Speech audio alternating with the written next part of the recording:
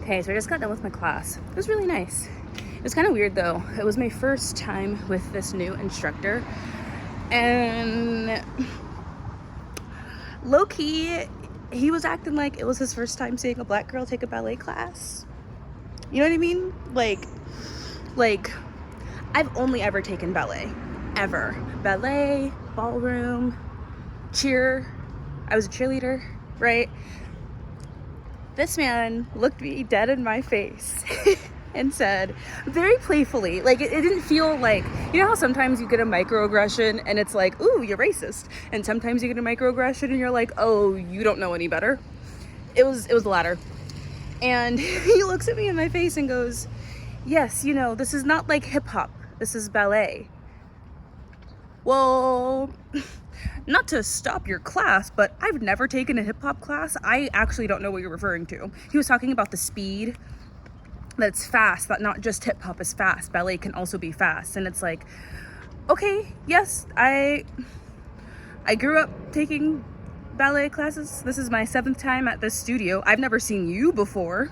You've clearly never seen me either. And like, I've seen other black girls in that studio. So it's not like I'm the only one there. But I mean, also ballet. Like Misty Copeland, we know who she is for a reason. You know what I'm saying? We know who Misty Copeland is for a reason, right? So anyways, about microaggressions, I have a really funny story.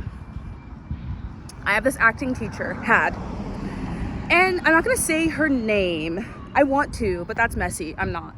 She is one of the SAG instructors. Her name rhymes with Erin. Okay? She assigned this scene to me and my scene partner, and of course we were the only 2 black people in the class, naturally, and she assigned the scene to us, and it was Jitney. And I mean, like, okay, I would never have submitted myself to a project like that, because I feel like when I do projects where it's like Fences is another August Wilson play. When I do projects like that, I feel like I am only being able to be seen in that way. Perfect example, the instructor, literally the entire time, the only instruction she continuously gave us was that we're, in kinder words than this, but let me dumb it down because, like, let's call a thing. We're black and poor, and historically, all black people were poor, and it's in our genetic code to understand what it means to struggle financially. She literally said the genetic code thing. I'm not exaggerating. I had to take my sunglasses off so you can see how serious I am. She literally said verbatim, it's in your genetic code. Now, what do you think she possibly could have been talking about being in our genetic code if the story of Jitney is about a black couple who is struggling financially? What's in my genetic code? What part of the story is in my genetic code that I'm supposed to tap into in order to make this a true retelling of the story? You know what? Her name is Karen West. I'm just gonna say it. Sorry, I'm just gonna say it. Her name is Karen West.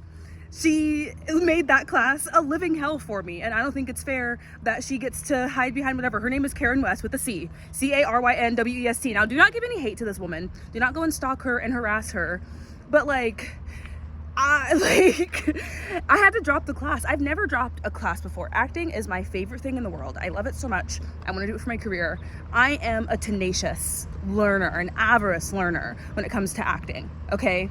I could not stand to continue to be told that I should relate to this play that I already rejected the very first time I read it. She told my scene partner, we did our first footing in front of her, our first performance or whatever. She told my scene partner in fewer words, you sound too educated.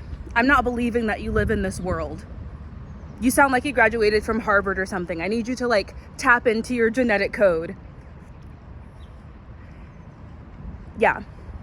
So that's why when people are like, oh, what do you think about acting classes? I'm like,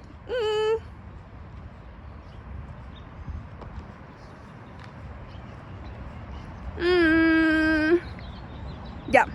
Oh yeah. So then After she kept telling me my genetic code, I did the first footing. She chewed me out so hard, I cried. And then afterwards, she had the nerve to be like, you're really talented. You should trust your instincts. Like, okay, then how come when I was standing up there, you were telling me how I wasn't shit? And then I was crying and she was like, you really need to work on that.